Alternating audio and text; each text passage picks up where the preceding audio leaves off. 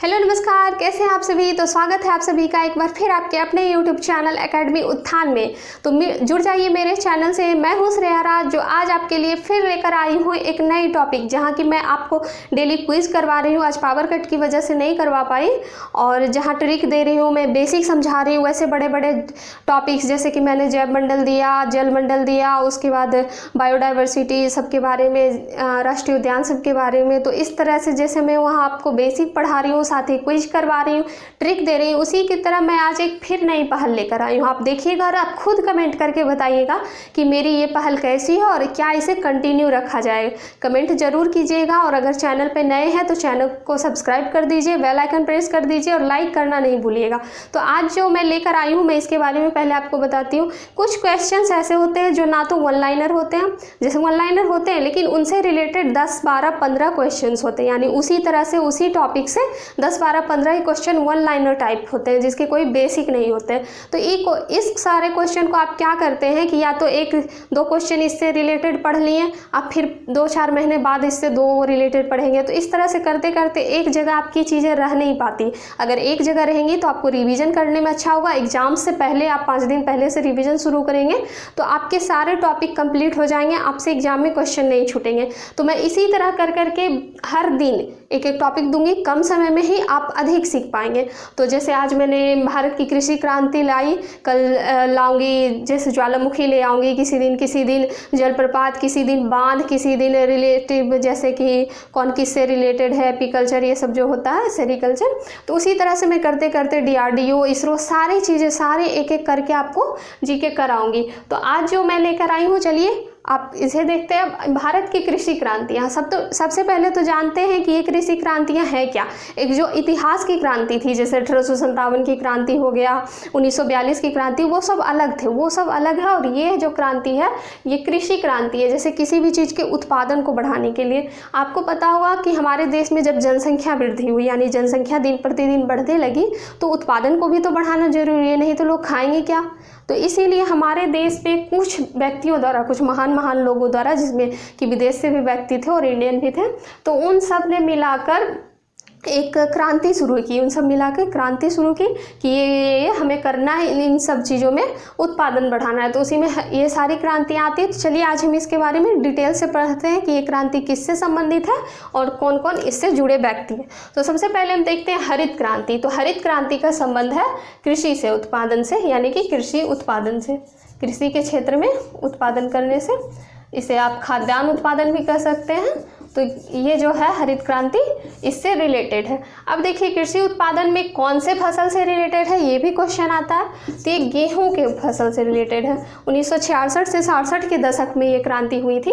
तो ये गेहूं से रिलेटेड है, गेहूं के उत्पादन में वृद्धि की गई। अब इस पे क्वेश्चन आता है कि भारत में कृषि जो हरित क्रांति है, भारत में हरित क्रांति का जनक कौन है। आप इस क्वेश्चन को ध्यान से सुनिएगा।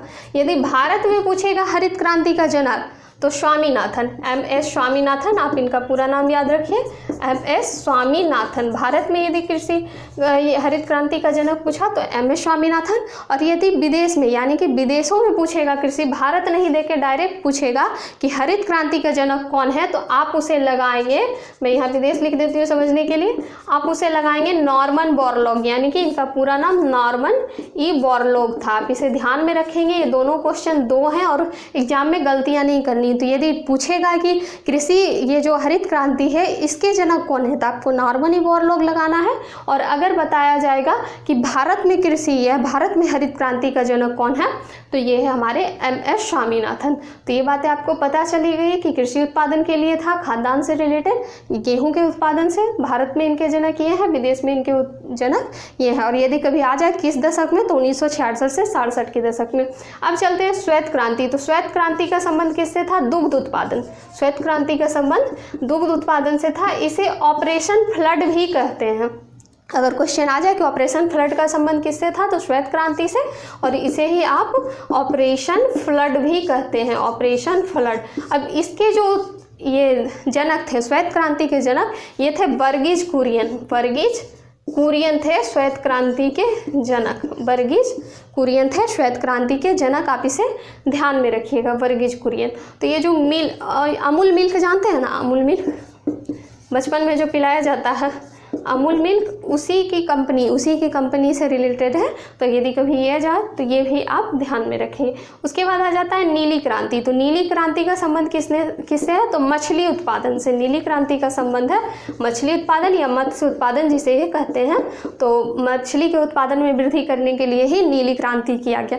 आप इससे इस तरह से याद रख सकते हैं, चूँकि पानी नीला होता है, पानी का रंग नीला होता है, तो पानी में जो मछली है उसका संबंध नीली क्रांति से। अब आ जाइए भूरी क्रांति। तो भूरी क्रांति का संबंध किससे? उर्वरक उत्पादन जिसे आपकी जानते हैं कंपोस्ट, यानी कि खेतों में जो फसल की उत्पादन क्षमता को बढ़ाने के लिए यूज किया जाता है उसे उर्वरक कहते हैं। उर्वरक और खाद में अंतर होता है, ये चीज़ आप ध्यान में रखिएगा। एक जो मार्केट से खाद ला के देते हैं ना, वो अलग होता है और ये उर्वरक अलग होता है। उर्वरक होता है वैसी चीज़ें जो कि जैसे गोबर हो गया, जो मानव निर्मित है, जिससे कि फसल को, मानव निर्मित तो है लेकिन प्राकृतिक है, जो जिससे कि फसल को कोई नुकसान नहीं पहुँचे, उसे उर्वरक कहते हैं।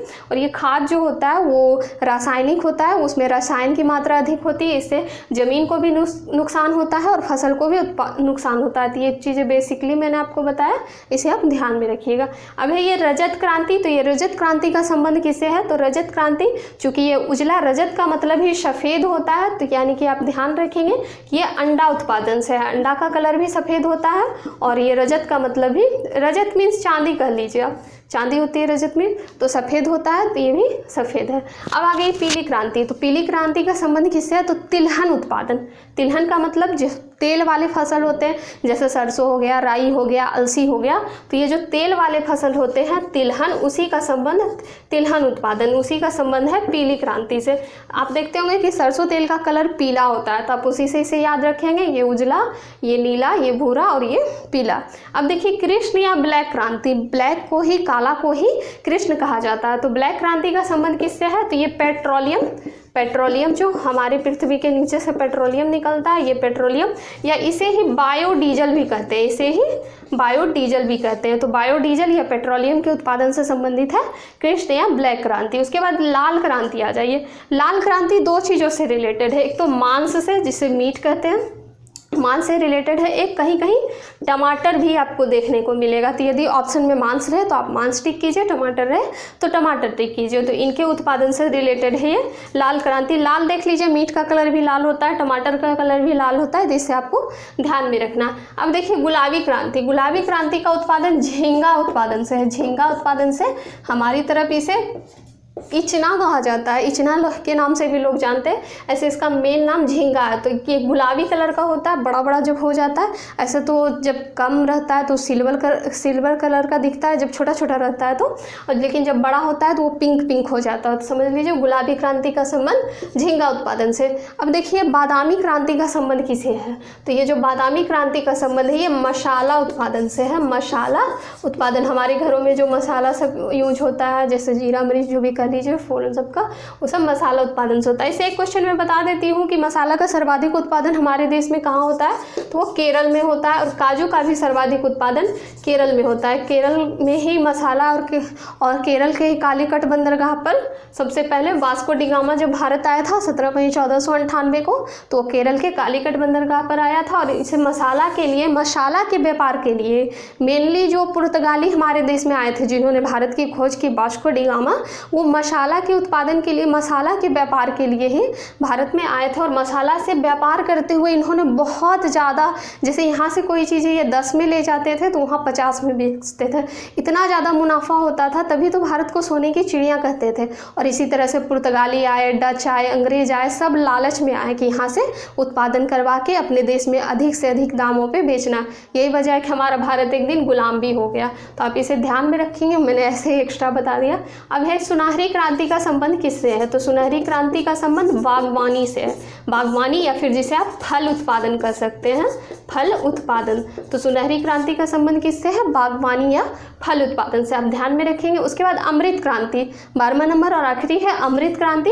तो अमृत क्रांति का संबंध है नदी जोड़ो परियोजना। नदी जोड़ो परियोजना, जैसे कि नदी को जोड़कर नदी को जोड़ना, यानी कि नदी को जोड़कर पेयजल उपलब्ध करना, सिंचाई के लिए यूज करना। तो इस तरह से जिन क्षेत्रों में नदी नहीं थी, बीच का कोई इलाका हो गया जहाँ की 2 साइड नदी है लेकिन वहाँ नहीं है, जिसके कारण कि वहाँ के लोगों को पानी नहीं मिल रहा, पानी की दिक्कत हो रही, तो वही नदी जोड़ो परियोजना का संबंध अमृत क्रांति से है। तो आज मैंने ये पूरी क्रांति आपको करवा दी, इससे ज़्यादा क्रांति आपके एग्जाम में नहीं पूछेगा। इसे कृषि क्रांति कहते हैं, तो आप इसे नोट कर ले, अच्छे से इसका रिवीजन करते रहे, ट्रिक से बता दिया।